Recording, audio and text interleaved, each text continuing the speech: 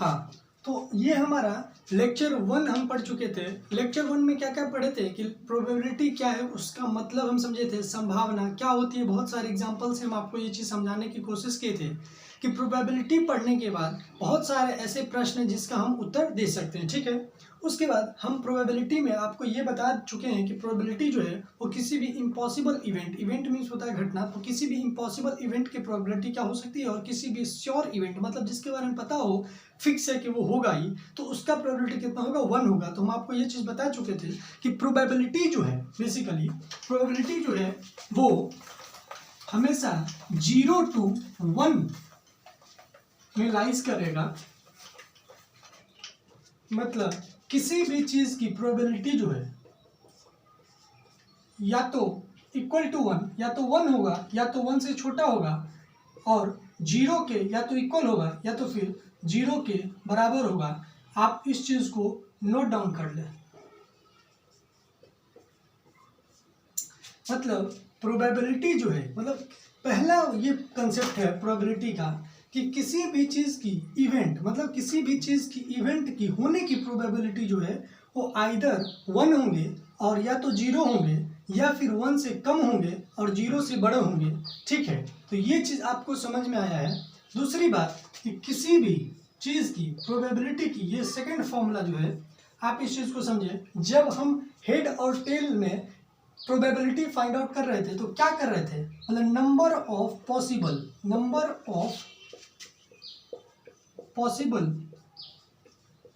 Outcome upon total number of possible outcome. जैसे एक question हम कर चुके थे कि सपोज कीजिए आपके पास 1 कॉइन है और टॉस्ड कर रहे हैं, 1 coin tossed, then find probability of getting head and tail. तो हम क्या बताए थे कि प्रोबेबिलिटी ऑफ गेटिंग हेड क्या करेंगे हम, नंबर ऑफ पॉसिबल आउटकम।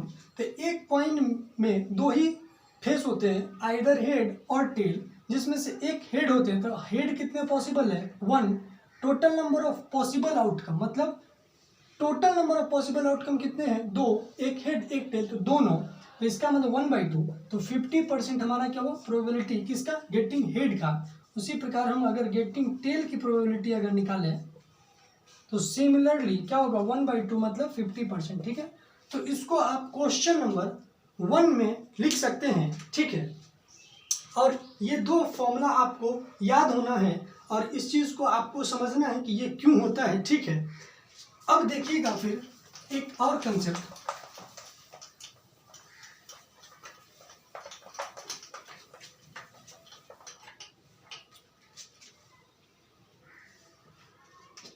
क्या होता है कि सबसे एक बात और कंसेप्ट अगर हम आपको बता दें कि जैसे मान के चलिए, सपोज कीजिए अगर मेरे पास एक कॉइन है, अगर एक कॉइन है तो हमारे पास टोटल पॉसिबल आउटकम्स क्या है, आइदर हेड और टेल, ठीक है। यहाँ ध्यान देने की चीज़ है, ये जो मिडिल ब्रैकेट है इसके अंदर जो भी चीज़ हम लिखते हैं उसको क्या कहते हैं, एलिमेंट कहते हैं, ठीक है, एलिमेंट कहते हैं। और इसी को हम कह सकते हैं पॉसिबल आउटकम, ठीक है। तो जब हमारे पास एक कॉइन है तो उसमें आइदर हेड आएंगे और टेल आएंगे, इसका मतलब ओनली पॉसिबल वैल्यू कितने हैं, 2, ठीक है। तो इस चीज़ को कनेक्ट यहाँ से कीजिए कि जब एक कॉइन था तो कितने पॉसिबल वैल्यू आ रहे हैं, 2। उसी प्रकार अगर यहाँ 2 कॉइन अगर होगा तो 2 कॉइन होगा तो क्या होगा, हेड टेल, मतलब कि एक कॉइन में 2 पॉसिबल, फिर नेक्स्ट कॉइन में 2 पॉसिबल, तो टोटल नंबर ऑफ पॉसिबल कितने हुए, 4। तो इनको हम कैसे लिखेंगे, 4, ठीक है। तो इस 4 को क्या हम 2 का पावर 2 लिख सकते हैं। अगर हमारे पास 3 कॉइन होंगे, ध्यान से देखिएगा, अगर 3 कॉइन होंगे तो क्या होगा, सारे 3 में हेड भी होंगे और सारे 3 में टेल भी होंगे, इसका मतलब 3 + 3 तो कितने होंगे 6, ठीक है 6 होंगे। अब इस चीज को देख के बहुत सारे ऐसे स्टूडेंट्स हैं जो आंसर क्या बताएंगे कि इसका हम कैसे लिखेंगे, मतलब 2 × 3, ठीक है इसको हम क्या लिखेंगे 2 × 3। लेकिन आपको अगर ऐसा प्रॉब्लम्स आए, ठीक है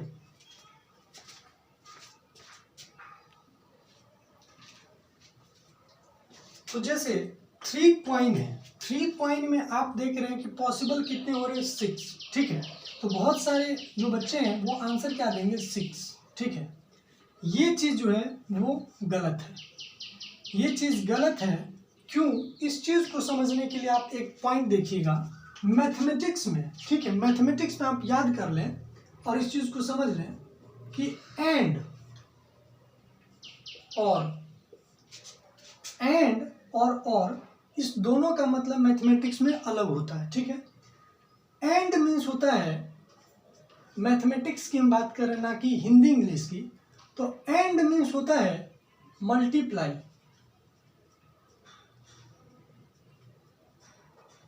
और मीन्स होता है प्लस, ठीक है तो ये कंसेप्ट यूज यहां करना है। जैसे 1 कॉइन तो हेड और टेल मतलब 2 एलिमेंट हमारे हैं तो नंबर ऑफ पॉसिबल आउटकम्स कितने हैं 2। अब 2 कॉइन अगर होगा, इस चीज को ध्यान से सुनने का कोशिश कीजिएगा, अगर 2 कॉइन है तो इसका क्या मतलब है, इसका मतलब आप एक कॉइन को पहले टॉस करोगे फिर नेक्स्ट कॉइन को टॉस करोगे, इसका मतलब फर्स्ट कॉइन को टॉस करने के बाद मतलब देन आप सेकंड कॉइन को टॉस करोगे।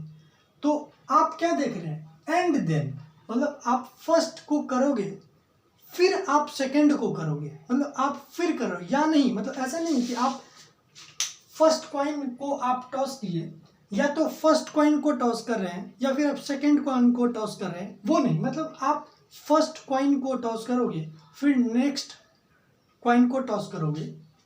तो इसीलिए एंड शब्द का यहाँ प्रयोग किया जाता है। तो 2 कॉइन में पॉसिबल वैल्यू कितने आ रहे हैं 4, जो कि 2 टू द पावर 2 था। जैसे हम 3 कॉइन लिए तो यहाँ पे हम क्या आउटकम देख रहे हैं, मतलब 3 में क्या होंगे, मतलब पर कॉइन में 2 आ रहे हैं तो इसका मतलब head head head tail tail tail ऐसे।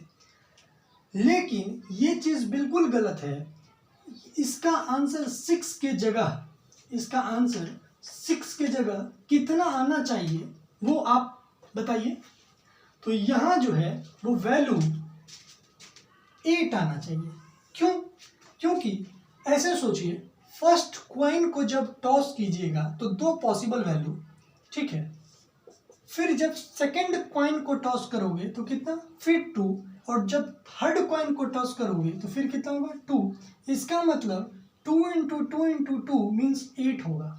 तो इससे क्या चीज समझ में आया कि नंबर ऑफ कॉइन जो है, नंबर ऑफ कॉइन अगर हमसे पूछे कितना भी नंबर ऑफ कॉइन अगर दे रखा हो, सपोज करें कि n नंबर ऑफ कॉइन है, ठीक है n नंबर ऑफ कॉइन है, अभी हमको n का वैल्यू नहीं पता, अगर n नंबर ऑफ कॉइन हो और उसका पॉसिबल वैल्यू पूछे तो हम क्या करेंगे, चूंकि आप यूनिटरी मेथड पढ़े होंगे कि क्या होता है कि अगर सपोज कीजिए कि एक कॉपी का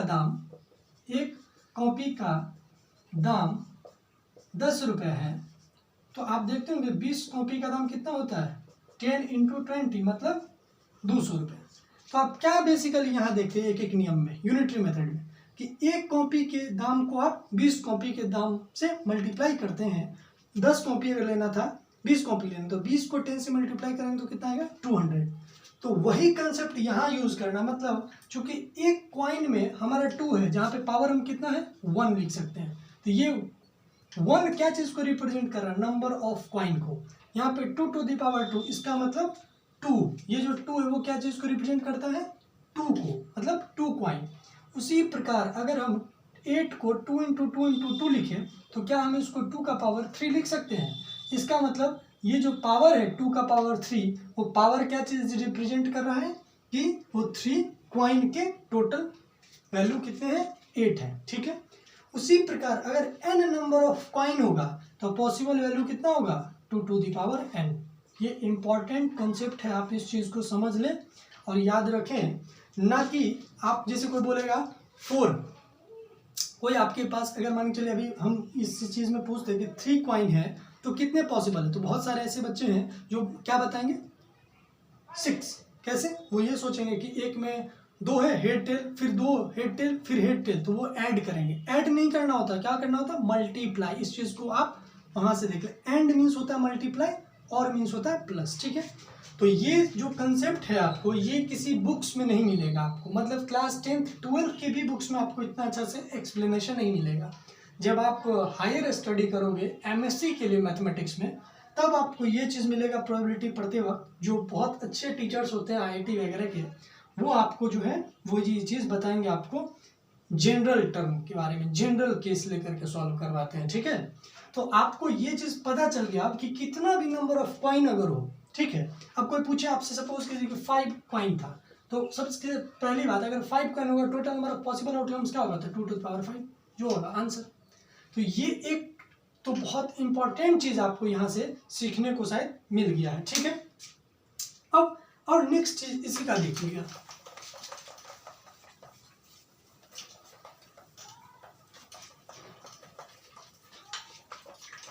अब जैसे इसी पे अगर हम एक चीज और बताते हैं आपको, जैसे आप देखते होंगे लूडो आजकल बहुत चलता है, लूडो डाइस। आजकल ऑनलाइन में बहुत सारा लोग जो है वो लूडो खेलते हैं बैठ के।